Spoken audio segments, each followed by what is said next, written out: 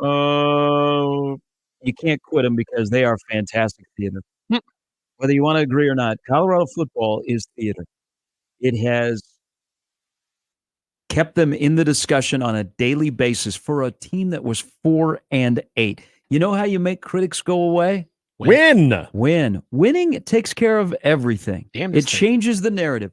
I don't know how many bullets are left for the critics and the bravado when you have been 4-8, but I'm here for the theater and the use of media that we've never, ever seen in the history of college football by Deion Sanders, his kids, and the football program. Yeah. A good friend of mine, I guess I would say he was a mentor. He once told me, don't ever punch down. Like, stay out of the mud. There's going to be people that want to drag you down. But everybody can see what you're doing. Don't punch down. Well, Twitter fingers, I don't know why they are punching down. Yes, a new name. Twitter fingers. No. Well, that's what he has. His name is Lavar Ball with a headset. Yeah. That's what Deion Sanders is. But I don't get why they are jumping into the mud. And I say they, it's the Sanders family. Yes. And they are punching down. Why? What? Why are you giving time to people? They can't help it. You're 4-8. Shut your face. Can't help themselves. Critic. If you weren't 4-8, critics wouldn't be around. I get it. It's a business. How you handle your program is your own thing to get to the end result. But why punch down? Why jump into the mud? Why continue to feed people? It's what narcissists do. I don't know what this one is, but 21 minutes ago, just Jesus. Yeah. I'm sure there'll be more clarity at some point. Something about Notre Dame. But they are. Good Lord. Hey, they've done something really, really, sometimes not easy to do. They have got so many people in this country that are going to root for North Dakota State on August 29th. And then the next week, Nebraska will be America's team. Yeah. But here's the thing.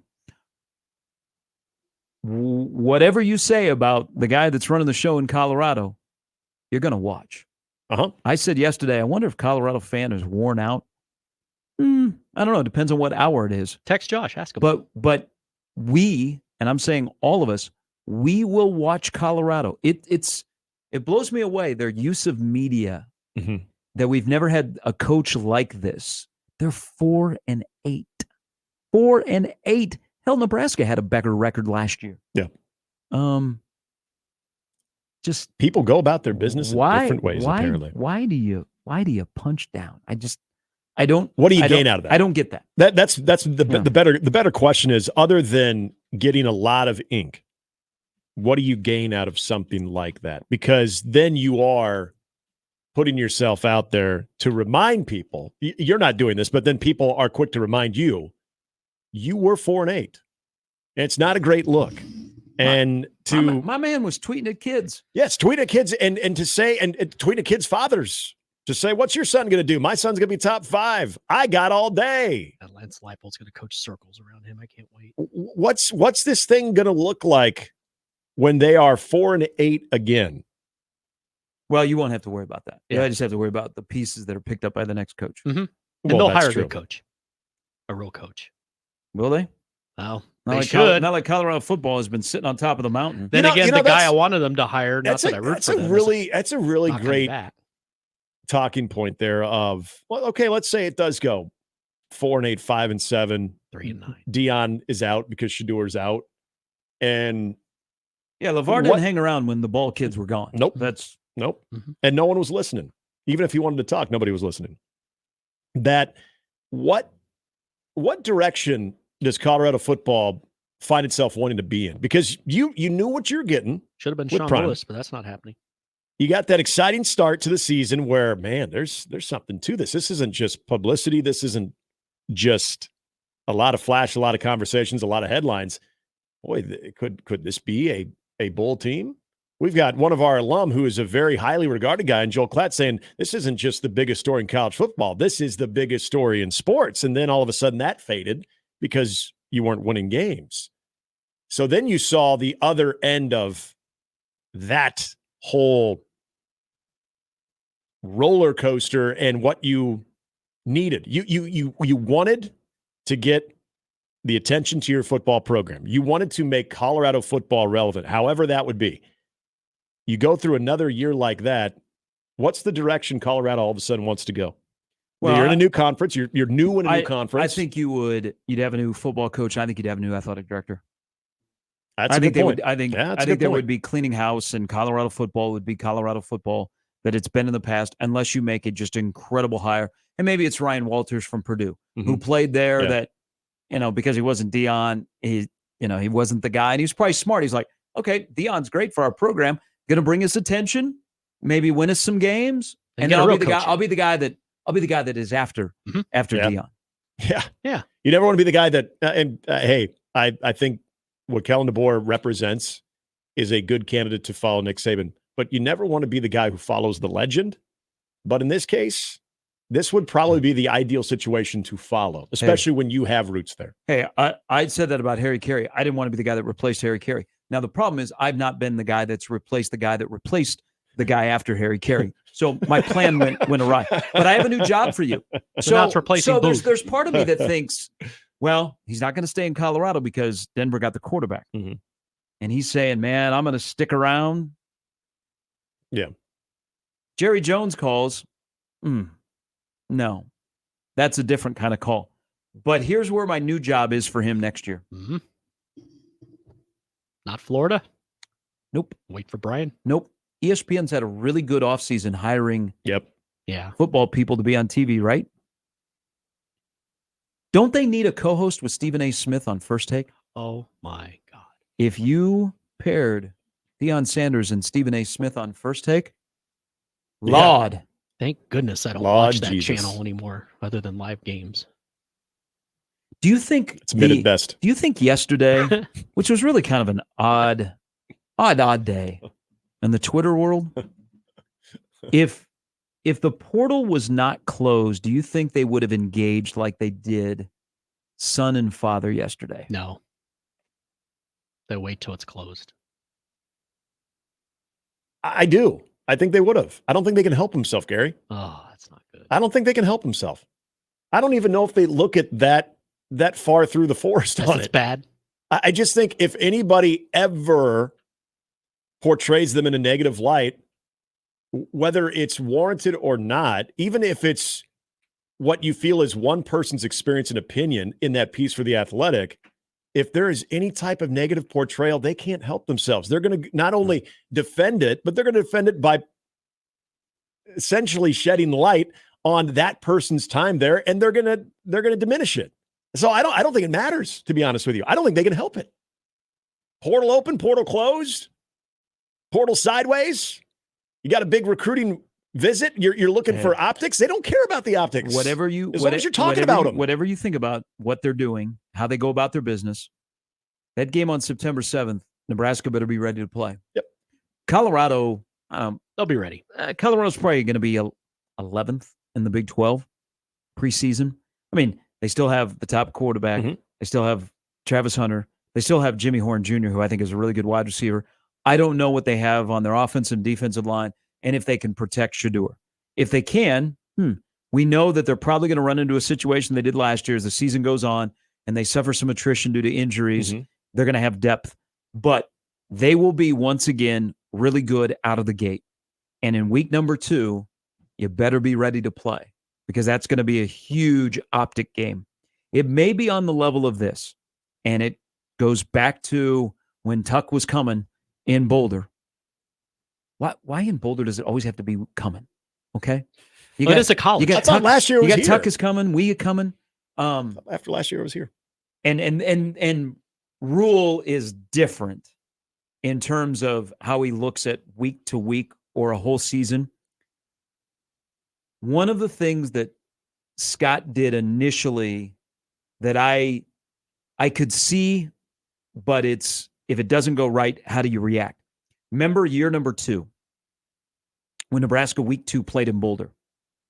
They talked all offseason amongst the staff, and it bled over to the players, how important that game in Boulder was. Mm-hmm. That game was the game to turn things around because it's year 2. We got our dudes. Yeah. We're on the road. It's going to be our home game. Not a great team, But it's a road game. It's Colorado. We're taking it back. Yep. And they went out there and they laid an egg and they never recovered because they put so much into that game. Nebraska won't put everything into that game, but it'll be a huge optic game for both sides. It'll be great theater.